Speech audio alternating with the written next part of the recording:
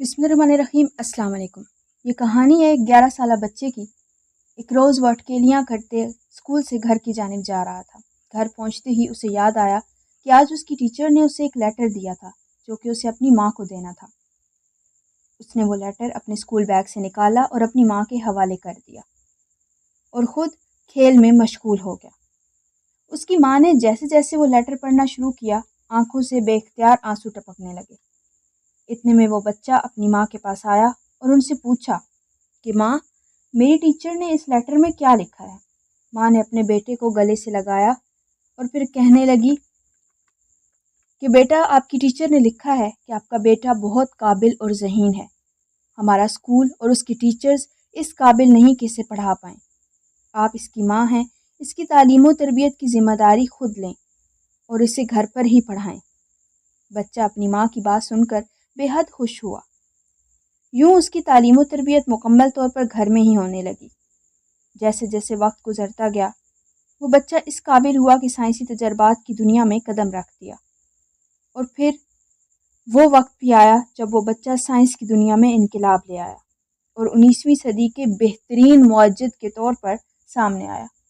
वो बच्चा था थॉमस एल्वा एडिसन, जिसने बल्ब समेत सैकड़ों इजादात की। तारीख बताती है कि एक रोज़ एडिसन ने अपने घर पुराने सामान में वही बोसीदा कागज़ देखा जिसमें उसकी टीचर की जानिब से उसकी माँ के लिए पैगाम था।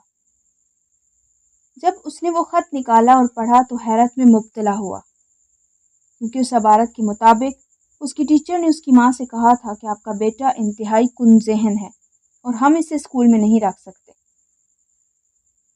ख़त पढ़ने के बाद वो घंटों रोता रहा। उसकी माँ उस वक्त इस दुनिया से जा चुकी थी। एडिसन ने अपनी डायरी में लिखा, थॉमस एल्वा एडिसन ज़हनी तौर पर नाकारा था, मगर उसकी अजीम माँ ने उसे काबिल और ज़हीन बना दिया। नाज़रीन, देखिए किस तरह एक माँ के भरोसे ने एक बच्चे की ज़िंदगी बदल कर रख दी और वो बच्चा इस काबिल बना कि तारीख रकम कर दी। और आज दुनिया दो हिस्सों में तकसीम है, एक एडिसन से पहले का ज़माना और एक उसके बाद का ज़माना। एडिसन के बिलाशुबा बनीनो इंसान पर बहुत एहसान है।